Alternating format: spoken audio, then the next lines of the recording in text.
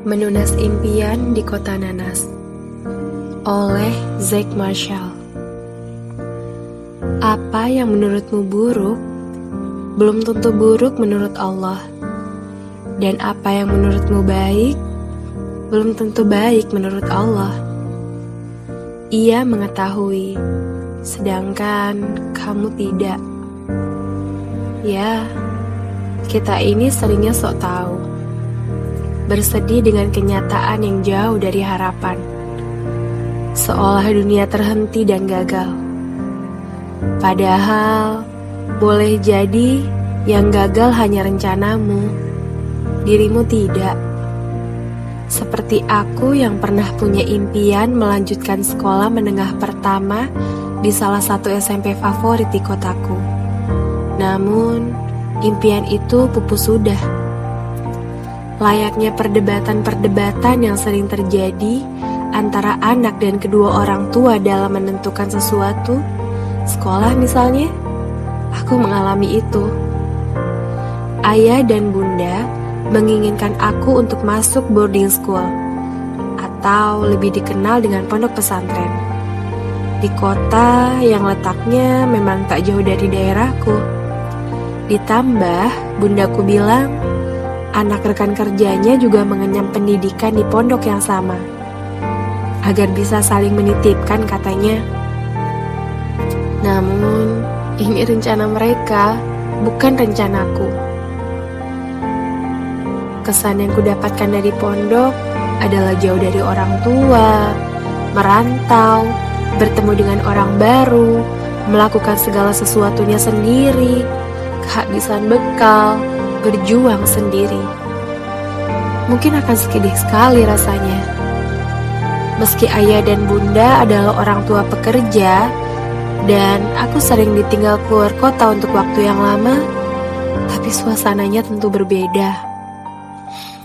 Tapi, aku selalu percaya, tidak ada orang tua yang menjerumuskan anaknya ke hal-hal buruk.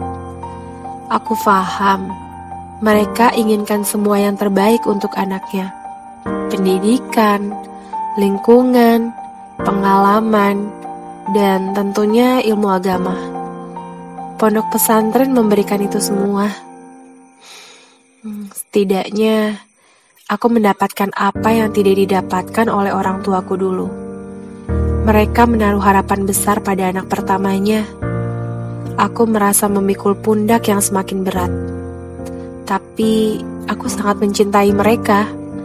Aku akan melakukan apapun yang mereka mau, asal mereka ridho denganku. Jika keridoanku dapatkan, Tuhan pun akan ridho. Baiklah, esok aku akan mondok. Mobil yang membawa kami melaju kencang. Semakin melangkah, semakin menjauhkan aku dan kenangan masa kecil di kota kelahiran. Kota yang sudah aku tinggali selama 12 tahun ini. Berat memang, tapi lebih berat jika nanti aku merasakan kebodohan yang menaun. Tak apa jauh dari ayah dan bunda untuk sementara waktu. Tak apa memupuk rindu dulu. Tak apa berjauhan sebab menuntut ilmu. Bismillahirrahmanirrahim. Luruskan niat hamba ya Rob. Kami sudah melewati perbatasan kota. Mulai terlihat dari jauh Tugu Nanas dan ucapan selamat datang di kota Subang. Perasaan hatiku mulai tak menentu. Rasanya ingin kuputar balik kemudi mobil dan pulang ke rumah. Aku belum siap untuk jauh dari ayah, bunda, dan adik kecilku. Aku belum siap berpisah dengan teman-temanku. Padahal aku yang dulu bersemangat sekali ingin melanjutkan di sekolah yang sama dengan mereka. Kenyataannya, malah aku yang pergi. Cuaca kota ini sejuk sekali. Kanan dan kirinya dikelilingi perkebunan, perbukitan, dan pegunungan yang asri. Udaranya dingin, sedikit berkabut. Berbeda dengan kota kelahiranku itu. Setidaknya, aku sedikit lebih tenang. Ada satu hal yang aku harapkan di kota baru ini. Semoga kedepannya cuaca bersahabat dengan tubuh. Semoga banyak hal menarik yang dapat aku temukan. Sesampainya di pondok, ayah dan bunda berpesan banyak hal. Termasuk, aku harus memastikan barang-barangku aman, jadwal makan jangan sampai telat, dan meluruskan niat menuntut ilmu hanya untuk Allah semata. Aku bersyukur sekali, di sela-sela kesibukan mereka selalu ada memberikan motivasi, masukan, dan kasih sayang yang tiada tara. Setelah barang-barang disimpan dan dirapikan ke dalam lemari, ayah dan bunda pamit untuk pulang. Rasa haru lagi-lagi menyelimutiku. Aku tak menyangka harus berpisah jauh dengan mereka. Aku tak bisa menyembunyikan air mata yang menggenang di pelupuk mata.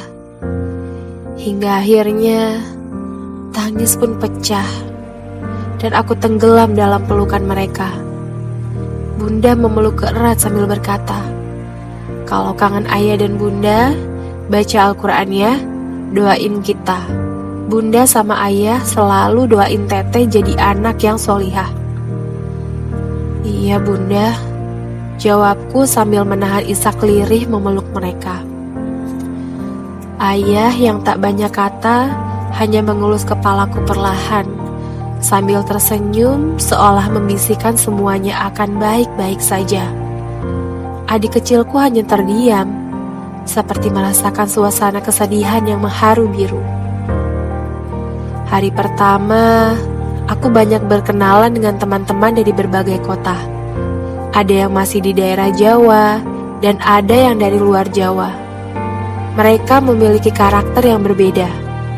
Ada yang cenderung ramai, ada yang senang menjadi pusat perhatian, ada yang pendiam, ada yang pemalu, dan masih banyak lagi. Aku tipikal orang yang lebih banyak diam sebelum mengenal seseorang lebih dekat. Tapi aku akan banyak berbicara saat sudah mengenalnya. Teman pertamaku di pondok adalah Nisa dan Intan. Mereka sangat baik kepadaku. Kami sering bertukar makanan, bercerita, dan pergi ke aula untuk mengaji bersama. Aku mulai merasa nyaman di sini.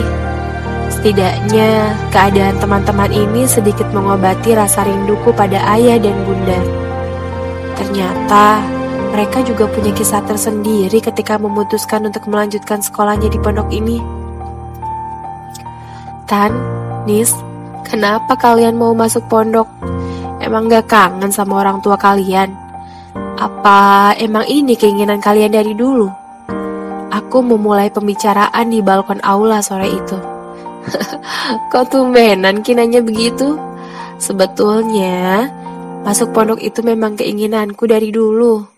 Jadi, bapak dan ibu memutuskan untuk pisah sejak aku duduk di kelas 4 SD. Bapak menikah lagi dengan mantan istri rekan kerjanya. Sedangkan ibu pergi ke luar negeri untuk bekerja dan belum pernah pulang ke Indonesia. Aku dititipkan kepada Uwa dan nenek. Jadi, kalau kamu nanya aku rindu atau tidak dengan ortuku, ya aku bingung jawabnya. Karena namanya rindu kan dulunya sering bertemu lalu berpisah ya. Lah, aku bertemu saja jarang. Bagaimana mau rindu?" Intan bercerita panjang lebar. Aku yang mendengarkan ceritanya dengan seksama, terdiam lalu merenung lama. Ternyata di luar duniaku ada yang diuji, tapi memilih untuk kuat dan bersabar dengan ujiannya. Wah, kamu hebat ya. Berarti masuk pondok ini keinginan sendiri dan tak ada paksaan siapapun. Kalau kamu gimana, Nis? Sekarang aku melempar pertanyaan kepada Nisa. Sebenarnya pertanyaan ini menguak luka lama. Ya, tapi gak apa-apa kok. Aku mencoba untuk menghadapi dan menerimanya. Nisa menjawab dengan pernyataan yang membuatku bingung dan penasaran ingin tahu.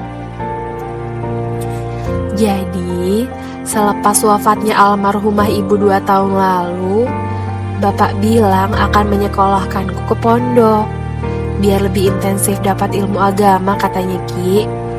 Lagian, Semenjak ibunda ada, aku lupa rasanya nyaman. Rumah berasa sepi banget.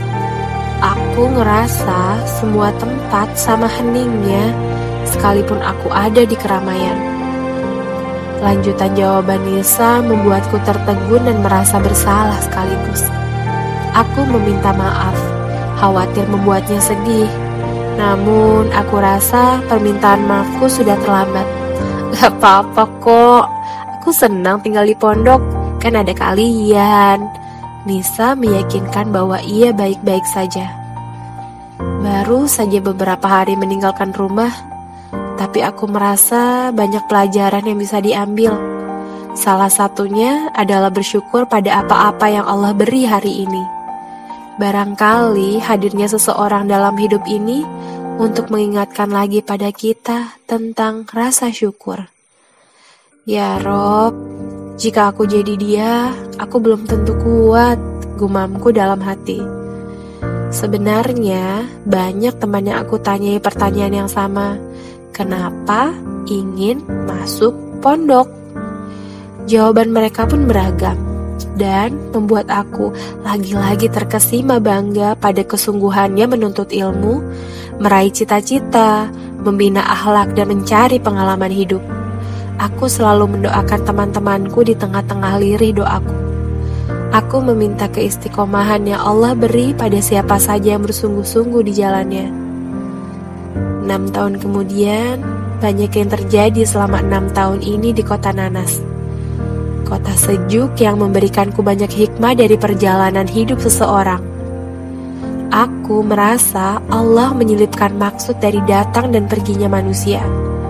Lewat ustadz dan ustadzah di pondok, lewat sahabat-sahabat satu kamar, lewat pengurus-pengurus pondok, bahkan lewat ibu-ibu kantin yang tiap hari memasak di dapur pondok. Aku jadi sadar arti bertumbuh, menjadi dewasa, dan menerima. Aski kecil tak lagi manja seperti dulu.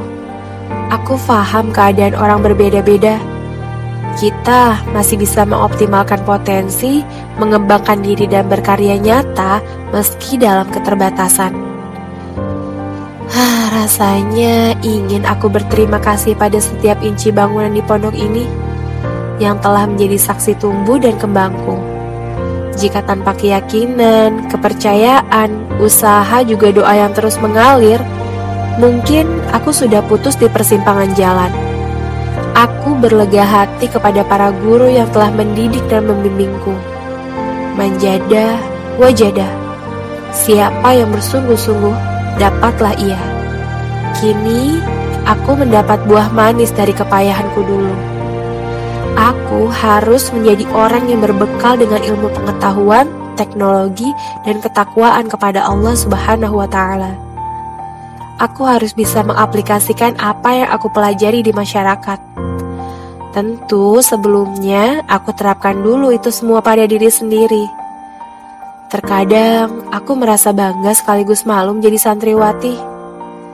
Bangga karena aku mengenyam ilmu agama yang tidak semua orang diberi kesempatan untuk itu.